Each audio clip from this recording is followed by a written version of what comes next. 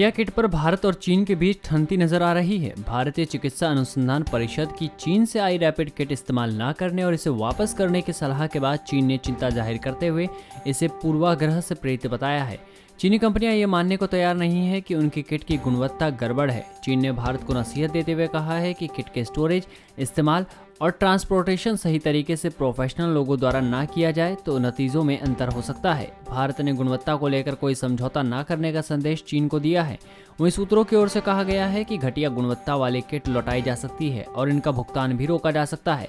दोनों पक्ष इस मुद्दे पर संपर्क में हैं। भारत गुणवत्ता मानकों का कड़ाई से पालन पर जोर दे रहा है, जबकि चीनी कंपनियां दावा कर रही है कि उनके उत्पाद का सही प्रक्रिया से सर्टिफिकेशन हुआ है। देश भर में कोरोना मरीजों की संख्या तेजी से बढ़ रही है। इस बीच हर कोई यही जानना चाह रहा है कि क्या 3 मई को लॉकडाउन खुलेगा या नहीं। वहीं यूपी के मुख्यमंत्री योगी आदित्यनाथ ने प्रदेश में कोरोना संक्रमण से अब तक अछूते या कम प्रभावित जिलों में कुछ गतिविधियां शुरू करने के संकेत दिए हैं। उन्होंने कहा कि ग्रीन जोन में छूट वाली गतिविधियों के लिए एक कार्य योजना बनाई जाए। मुख्यमंत्री ने यह बात टीम 11 के अधिकारियों के साथ लॉकडाउन व्यवस्था की समीक्षा बैठक में मंगलवार को कही। उन्होंने कहा कि 3 मई के पश्चात औद्योगिक इकाइयों को किस प्रकार शुरू किया जाए, इसके लिए कार्य योजना तैयार की जाए।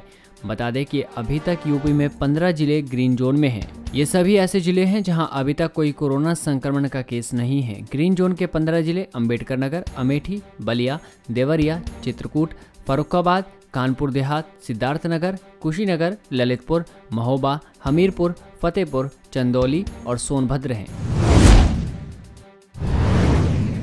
विश्व प्रसिद्ध भगवान केदारनाथ धाम के कपाट विधि विधान और पूजा अर्चना के बाद आज सुबह 6:10 पर खोल दिए गए। कपाट खुलने के मौके पर यहाँ तीर्थयात्री और स्थानीय लोगों की कमी साफ देखी गई। कोरोना संकट के चलते ये पहला मौका होगा जब कपाट खुलने पर बाबा के दरबार में भक्तों का टोटा नहीं था। केदारनाथ धाम के मुख्य पुजारी शिवशंकर लिंग ने कपाट खुलने की परंपरा का निर्वहन किया, जबकि उनके साथ देवस्थानम बोर्ड के प्रतिनिधि के तौर पर बीडी सिंह समेत पंचगाई से संबंधित 20 कर्मचारी कपाट खुलने पर यहां पहुंचे। इसके अलावा पुलिस और प्रशासन के करीब 15 लोग यहां मौजूद रहे।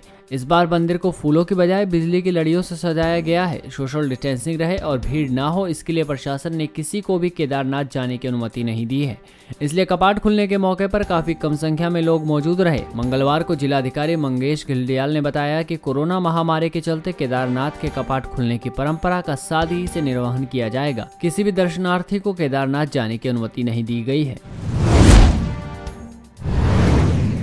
कोरोना से मुकाबला करने के लिए पूरे देश में लॉकडाउन घोषित हुए 1 माह से अधिक बीत चुका है। यातायात बंद होने से सब्जियों के दाम स्थिर है या घटे हैं या उनमें बहुत कम इजाफा हुआ। वहीं दाल, तेल और नमक की कीमतों में वृद्धि हुई है। हालांकि बाजार में जरूरी सामान की कीमतों में इजाफा सरकारी आंकड़ों से काफी अधिक है।